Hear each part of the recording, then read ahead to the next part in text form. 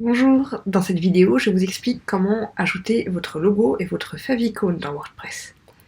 Donc pour ça, on va aller dans Apparence, Personnaliser. On va sur Identité du site.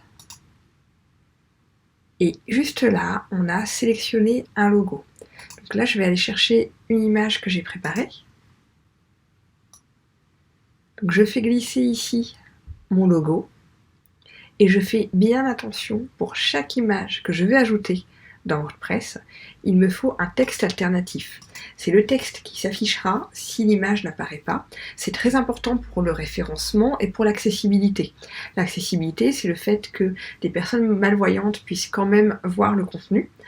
Et au niveau du référencement, c'est important pour Google qui vérifie que votre site est bien fait selon les bonnes pratiques pour tous les publics. Donc là, je vais marquer logo démo IAE. Il faut être assez précis, il faut que la personne puisse, sans voir l'image, se rendre compte de ce qu'est cette image. Et il faut aussi un titre qui soit parlant. On ne pourra pas simplement mettre photo, il faut expliquer à chaque fois ce qu'est l'image. Je clique sur sélectionner.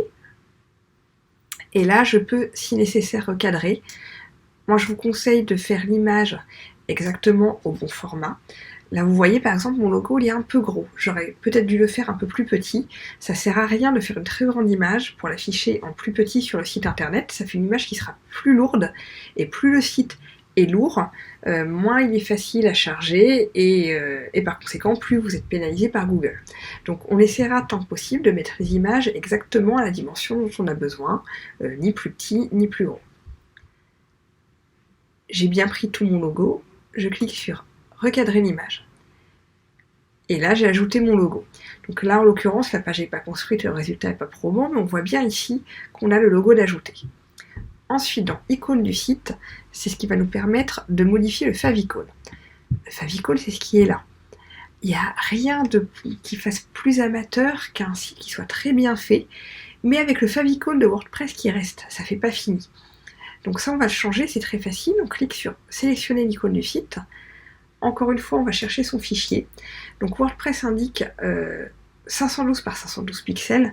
Généralement, un favicon s'affiche plutôt en 16 par 16 pixels ou 32 par 32 pixels. Moi, généralement, je les travaille en 16 par 16 ou en 32 par 32 pour voir si c'est lisible ou pas.